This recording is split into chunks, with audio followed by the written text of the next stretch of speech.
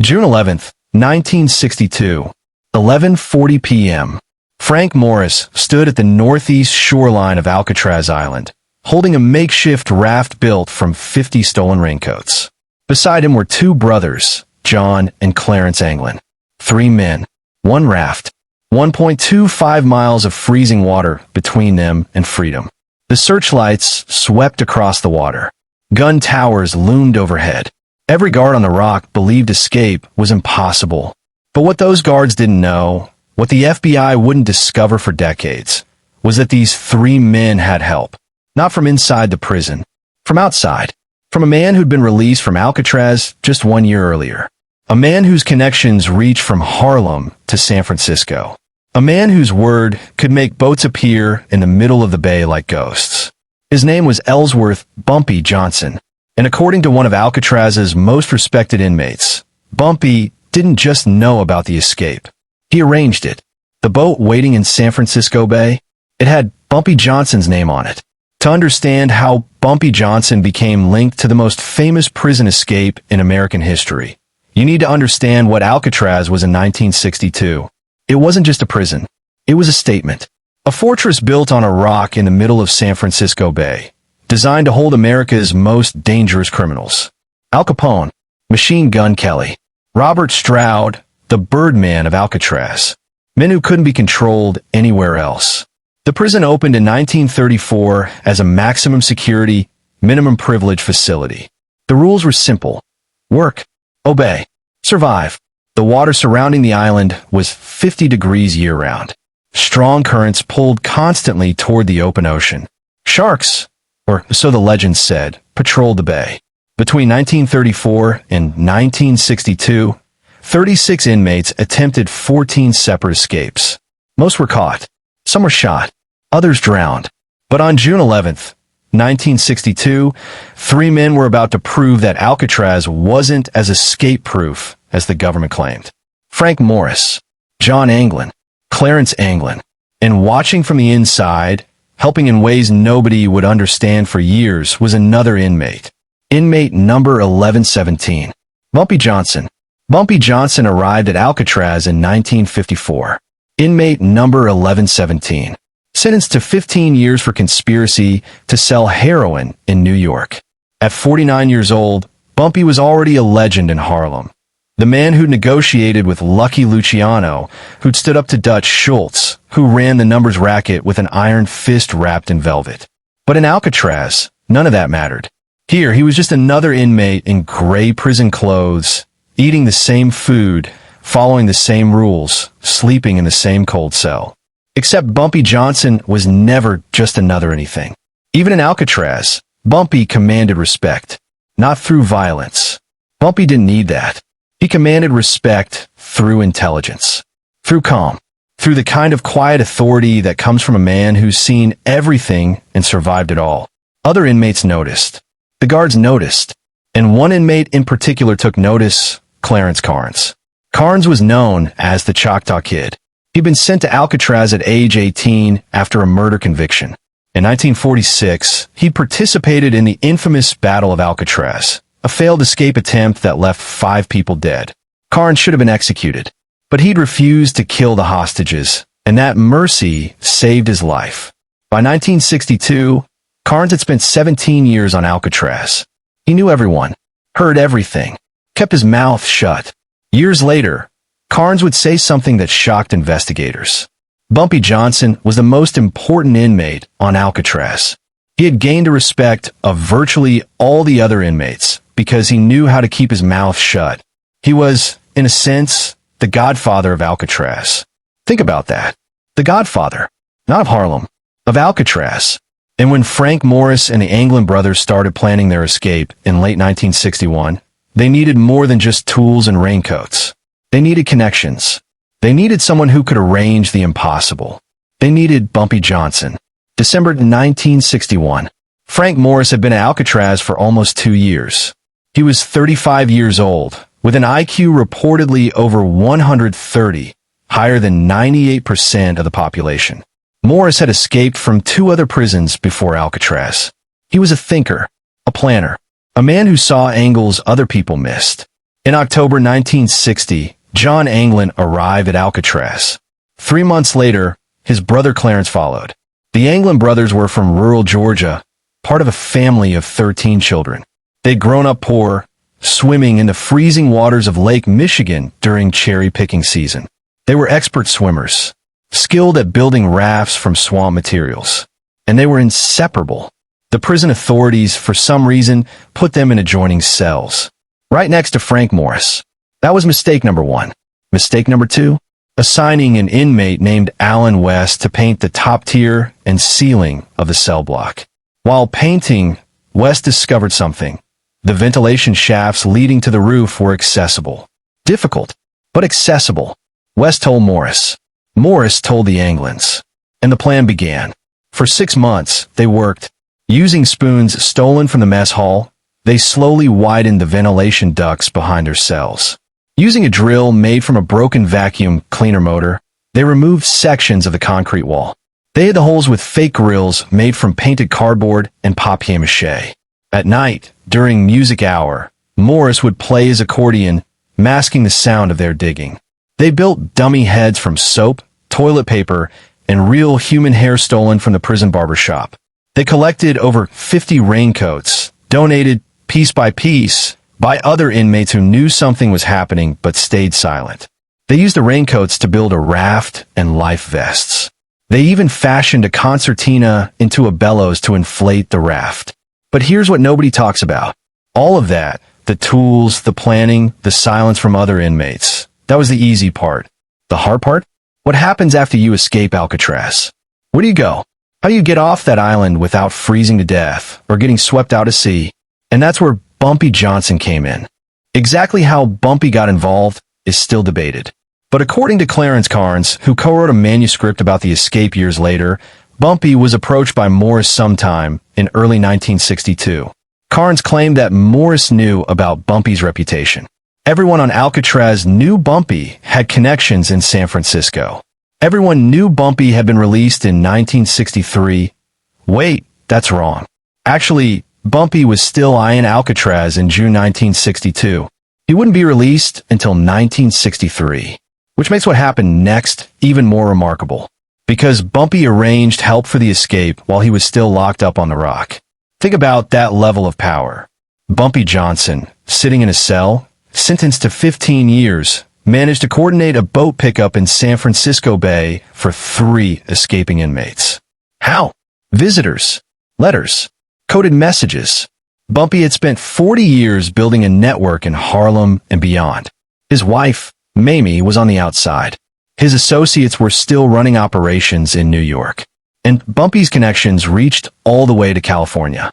According to Carnes, Bumpy sent word to contacts in San Francisco's Hunters Point district, a predominantly black neighborhood where Bumpy's name carried weight. The message was simple. On the night of June 11th, 1962, have a boat waiting in San Francisco Bay. No lights, just a small flashlight scanning the water. Pick up anyone who makes it to the water. Take them to Pier 13 in Hunters Point. No questions asked. June 11th, 1962, 9:37 p.m. Morris, John Anglin, and Clarence Anglin began their escape. Alan West, the 4th conspirator, was supposed to go with them. But West couldn't get out of his cell in time. His ventilation duct wasn't wide enough. Morris came back to help him. But the window of opportunity was closing. They had to go. Now, Morris, John, and Clarence left West behind. They crawled through the ventilation ducts into a utility corridor. They climbed pipes to the roof. They broke through the ventilation shaft. They descended a 50-foot wall using a pipe. They climbed 2 12-foot barbed wire fences. And at 11:40 p.m., according to FBI records, they inflated their raft and launched into San Francisco Bay. 3 men, 1 raft, freezing water, strong currents. The searchlights swept overhead, but they were already gone.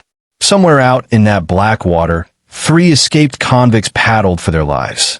And somewhere in that same black water, according to Clarence Carnes' account, a boat was waiting. No lights, just a flashlight scanning the surface, looking for 3 men who'd done the impossible. June 12th, 1962, 7 a.m. Officers Lawrence Bartlett and Bill Long made their rounds. They looked into the cells of Morris and the Anglins. 3 men, apparently sleeping. But something felt wrong. Bartlett reached through the bars and touched one of the heads. It rolled onto the floor with a hollow thunk. Papier-mâché. Soap. Hair. Not a man. A dummy. Bartlett's blood ran cold. He checked the other cells. More dummies. Escape, he shouted. The prison went into lockdown. Alarms blared. Guards flooded the cell blocks. And in his cell, Bumpy Johnson sat calmly, listening to the chaos, knowing exactly what had happened. The investigation began immediately. The FBI was notified. The Coast Guard launched search boats. The entire San Francisco Bay was scoured for bodies or debris. Within 2 days, they found a packet of letters sealed in rubber, addressed to the Anglin family. They found pieces of paddle. They found bits of inner tube. They found a life vest washed up on Cronkite Beach. But they never found the men. The FBI concluded they must have drowned. The cold water, the strong currents, the distance. It was impossible to survive. Except for one small problem. Nobody found any bodies. And people kept reporting sightings. Here's where the story gets interesting. A few weeks after the escape, Clarence Carnes received a postcard. It read, "Gone fishing." Carnes later told investigators that "gone fishing" was a prearranged code. It meant the escape had succeeded. In 1967, 5 years after the escape, a man called the FBI claiming to have been Frank Morris's classmate. He said he'd bumped into Morris in Maryland. Morris had a small beard and mustache. The caller refused to give more details. In January 1965, the FBI investigated a rumor that Clarence Anglin was living in Brazil. They sent agents to South America. No direct evidence was found, but the rumor persisted. In the 1970s, a friend of the Anglin family claimed he'd seen them in Rio de Janeiro and even took a photograph. Forensic experts later analyzed the photo and said it was most likely the Anglin brothers. Robert Anglin, another brother, told family members before his death in 2010 that he'd been in contact with John and Clarence from 1963 until approximately 1987. And then, in 2013, the San Francisco Police Department received a letter. It claimed to be from John Anglin. The letter read, "My name is John Anglin. I escaped from Alcatraz in June 1962 with my brother Clarence and Frank Morris. I'm 83 years old and in bad shape. I have cancer. Yes, we all made it that night, but barely." The letter claimed Frank Morris had died in 2008. Clarence Anglin had died in 2011. And now John wanted to negotiate his surrender in exchange for medical treatment. The FBI tested the letter. Fingerprints, inconclusive. DNA, inconclusive. Handwriting, inconclusive. The case remains open. So did Bumpy Johnson really arrange a boat for the Alcatraz escapees? Here's what we know for certain. Fact 1. Bumpy Johnson was inmate number 1117 at Alcatraz from 1954 to 1963. Fact 2. Bumpy was still in Alcatraz on June 11th, 1962, when the escape happened. Fact 3. Clarence Carnes, a highly respected inmate who spent 17 years on Alcatraz, claimed Bumpy arranged a boat pickup. Fact 4. Carnes said the boat took the escapees to Pier 13 in Hunters Point, San Francisco. Fact 5. A San Francisco police officer, Robert Checky, reported seeing a boat in the bay that night with its lights off, using only a small flashlight to scan the water. Fact 6. The FBI dismissed Checky's report without serious investigation. Fact 7. Former Alcatraz captain of guards Philip Bergen said of Carnes' claim, "My feeling is that's just something Carnes dreamed up. There is not the slightest possibility there's any truth in it." Fact 8. Alan West, the inmate left behind, was interrogated repeatedly about Bumpy Johnson. He never confirmed or denied the connection. Fact 9. Bumpy's wife, Mamie Johnson, later theorized that Bumpy didn't escape with them because he didn't want to be a fugitive. He wanted to be a free man. So here's the question. Could Bumpy Johnson, while sitting in a cell on Alcatraz, have arranged a boat pickup for 3 escaping inmates? Let's look at the logistics. Bumpy Johnson had been running Harlem's underworld since the 1930s. By 1962, he'd been in the game for 32 years. He had connections in New York, Chicago, Detroit, Los Angeles, and yes, San Francisco. Hunter's Point, where the boat allegedly dropped off the escapees, was a predominantly black neighborhood. It was also a hub for longshoremen, dock workers, and people who owned boats. Bumpy's network extended there through business partners, associates, and people who owed him favors. At Alcatraz, inmates were allowed visitors. Bumpy's wife, Mamie, could have visited. Messages could have been passed. Coded. Subtle. Make sure the car is ready on June 12th. Simple. Innocent sounding. But to someone who knew the code, crystal clear. Bumpy could have also sent letters. Prison censors read them, yes. But censors look for obvious threats, escape plans, criminal activity. They don't catch subtle references to fishing trips or picking up a package. And Bumpy was a master of subtlety. So yes, logistically, it's absolutely possible that Bumpy arranged help from inside Alcatraz. But did he? Clarence Carnes was the source of the Bumpy Johnson connection. And Carnes wasn't just any inmate. He was known as the Godfather of Alcatraz for a reason. He'd been there since 1945. He knew everyone. He saw everything. And most importantly, he kept his mouth shut. In the 1970s, Carnes co-wrote a manuscript with Professor Don DeNevy about the Alcatraz escape. In it, Carnes detailed Morris and the Anglin's planning, their escape, and what happened after. According to Carnes, Morris knew about Bumpy's connections. Morris approached Bumpy for help. Bumpy agreed and sent word to San Francisco. A boat was arranged through Bumpy's contacts. The boat picked up the 3 men in the bay. The boat took them to Pier 13 in Hunter's Point. From there, the men disappeared. Carnes also claimed he received the gone fishing postcard as proof of success. Now, the FBI and prison officials disavowed Carnes' claims. They said it was fantasy, impossible, made up. But here's the thing. Carnes had no reason to lie. He was already serving life. He wasn't trying to sell books or get famous. He was simply telling what he knew. And Carnes' manuscript about the escape was filled with accurate details that only someone on the inside would know. So why would he make up the Bumpy Johnson connection? Here's where the story gets even stranger. In 1979, the FBI officially closed the case, concluding the 3 men had drowned. But the U.S. Marshal Service kept the case open. To this day, it remains an active investigation. Why? Because the marshals don't believe they're dead. Or at least, they can't prove they're dead. And if Morris and the Anglin survived, someone had to help them. The question is, who? Was it Bumpy Johnson? Or was it someone else? In 2018, a new name surfaced, Mickey Cohen. Cohen was another Alcatraz inmate, a famous Los Angeles mobster.